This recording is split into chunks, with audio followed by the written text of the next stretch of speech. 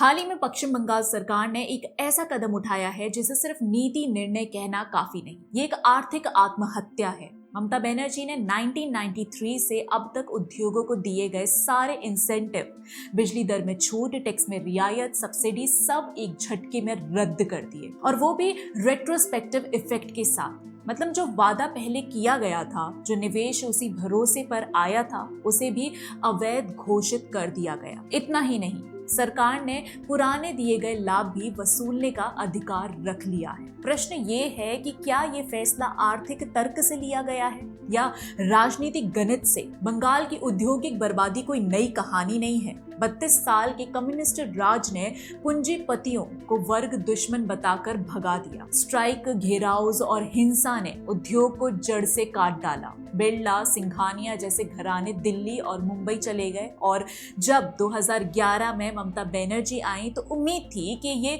सिलसिला रुकेगा। लेकिन क्या हुआ?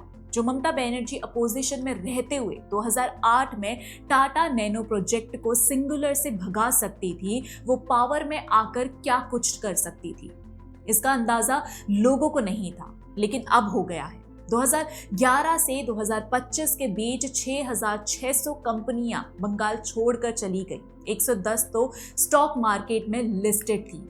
यानी बदलाव सिर्फ झंडे के रंग का था, सोच वही रही। उद्योग दुश्मन, वोट बैंक की असली ग्राहक। अब 2025 का ये कानून, दालमिया और बिरला ग्रुप अकेले 440 करोड़ का नुकसान गिन रहे हैं। बाकी का हिसाब कौन देगा?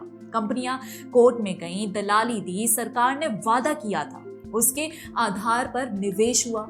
कानून का नाम है प्रॉमिसरी एस्टुपिल, यानी जो वादा सरकार ने किया उसे तोड़ नहीं सकती। लेकिन ममता सरकार ने ना सिर्फ वादा तोड़ा, बल्कि कोर्ट और आर्बिट्रेशन में चल रहे केस भी ओवरराइड कर दिए। दीदी का तर्क है जो पैसा उद्योगों को दिया जा रहा था वो अब मार्जिनलाइज्ड कम्युनिटी की योजनाओं में लगाया जाएगा। सवाल ये है कि पिछले 14 साल में कितनी योजनाएं चली, कितने करोड़ रुपए मनरेगा और वेलफेयर फंड में डूबे, और कितने गरीब स्थायी रूप से गरीबी से बाहर आए? क्या उद्योग से आने वाली नौकरियां और निवेश गरीबों को ऊपर उठाते या नगद बांटने वाली योजनाएं?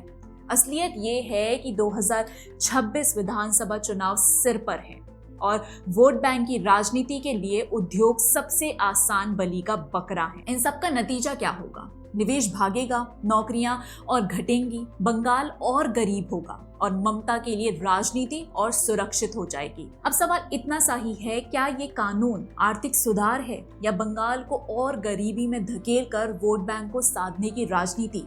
क्या मार्जिनलाइज्ड कम्युनिटी वाकई लाभ पाएगा, या उसे सिर्फ चुनावी नारा बनाकर उद्योग को कब्र में दफन कर दिया जाएगा? दोस्तों, इस पर आपके क्या विचार हैं हमें कमेंट सेक्शन में जरूर बताइएगा, और वीडियो पसंद आई हो तो लाइक, शेयर और चैनल को सब्सक्राइब करना मत भूलिए। इसी के साथ मिलते हैं अगले वीडियो में, तब तक के लिए जय हिंद।